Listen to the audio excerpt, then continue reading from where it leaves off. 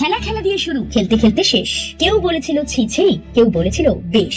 আসলে খেলার জগতের এটাই নিয়ম, যখন ভালো পারফরমেন্স তখন জয়ধ্বনি, যখন খারাপ পারফরমেন্স এক লহমায় ছিটকে ফেলে দেওয়া। অনুরাগীদের সঙ্গে এভাবেই খেলোয়াড়দের সম্পর্ক গড়ে উঠেছে, সেটা ভালো মন্দ হোক বা মন্দ ভালো, কিন্তু খেলাটা তো দেখতে হবে। যদি খেলা দেখাই না যায় তাহলে আর অনুভূতি ব্যক্ত হবে কি করে? আসলে গন্ডগোল পেকেছে বিশ্বকাপ দেখা নিয়ে। হাতে আর বেশি সময় নেই, বাড়ি বসে বিশ্বকাপ ফুটবল দেখা যাবে কি এই নিয়ে সংশয় কাটছে না। এবার ফিফা সম্প্রচার নিয়ে কেন্দ্র ও প্রসার ভারতীকে নোটিশ পাঠালো দিল্লি হাইকোর্ট। 11 জুন থেকে শুরু হতে চলেছে মাঠে পায়ে পায়ে বিশ্বযুদ্ধ, মহাযুদ্ধ টিভিতে কি দেখা যাবে? দেখুন, অস্বস্তিকর পরিস্থিতি তৈরি হয়েছে। ফিফা বিশ্বকাপ ভারতের সম্প্রচার নিশ্চিত করার দাবিতে দায়ের হওয়া একটি মামলায় এবার কেন্দ্র আর প্রসার ভারতীকে নোটিশ পাঠানো হয়েছে। আবেদনকারী আইনজীবী জানিয়েছেন 11 জুন থেকে 19 জুলাই পর্যন্ত চলা বিশ্বকাপের কোন ভারতীয় সম্প্রচারকারী সংস্থা মিডিয়া সত্ত্ব নেই। অর্থাৎ পরিস্থিতি এমন জায়গায় পৌঁছেছে যে কোটি কোটি ফুটবল প্রেমী ভারতীয় সমর্থকরা বিশ্বকাপ নাও দেখতে পারেন। তাহলে কি হবে? ভারতীয় বাজারে ক্রিকেটের বাইরে খেলাধুলোর ব্যবসায়িক মূল্যায়ন কি এতটাই দুর্বল? সমস্যার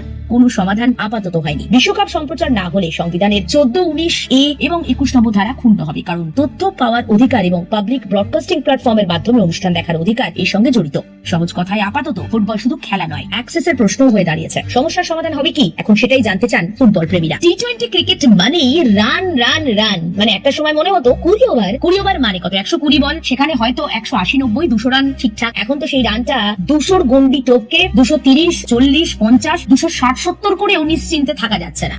ক্রমাগত কি ব্যাটার সর্বস্ব হয়ে যাচ্ছে ক্রিকেট? প্রাক্তন ভারতীয় ক্রিকেটার রাহুল দ্রাবিড় সহমত পোষণ করছেন। তিনি বলছেন টি-20তে খেলাটা ক্রমশই ব্যাটার সর্বস্ব হয়ে যাচ্ছে। হ্যাঁ, অভিষেক কিংবা বৈভবরা ভালো খেলছেন, নিঃসন্দেহে তারা পাওয়ার হিটার, কিন্তু যদি বোলারদের গুরুত্ব না থাকে তাহলে হয়তো একটা সময় এমন আসবে যখন ওই বল মেশিন দিয়ে খেলতে হবে। উদ্বেগ প্রকাশ করছেন প্রাক্তন ভারতীয় ক্রিকেটের কোচ। বিরাট কোহলি নাকি সমালোচনা গায়ে মাখেন না, তাও কি সম্ভব? আসলে মানুষ তো, তাই তাকে কেউ খারাপ বললে গায়ে লাগবে না, এত পেশাদারিত্ব। সঞ্জয় মঞ্জরেকার ফাঁস করলেন কিং কোহলির গোপন কথা, বললেন মুখে যতই বলুক না কেন আসলে বিরাট সমালোচনার ব্যাপারে খুবই সংবেদনশীল। তিনি একটি ইন্টারভিউতে জানান, একদিন হঠাৎ দেখলাম টসের সময় খুব ঠান্ডা ব্যবহার করছে, তখন বুঝলাম আমি ওর সম্পর্কে যে মন্তব্য করেছি তাতে রেগে আছে। আসলে বিরাটও তো সাধারণ মানুষ, সে কারণেই সে সমালোচনাতেও প্রভাবিত হয়। তাই যতই ভাবা হোক না কেন ক্রিকেটারদের এগুলো এফেক্ট করে না, আদপে সেগুলো ভুল। খেলার জগতে অনেক ঘটনা ঘটে, কিছুটা মাঠে কিছুটা মাঠের বাইরে, আর সে খবর প্রত্যেকদিন চলে আসে আপনার একেবারে হাতের মুঠোয়। তাই দেখতে থাকুন রাতদিন.in।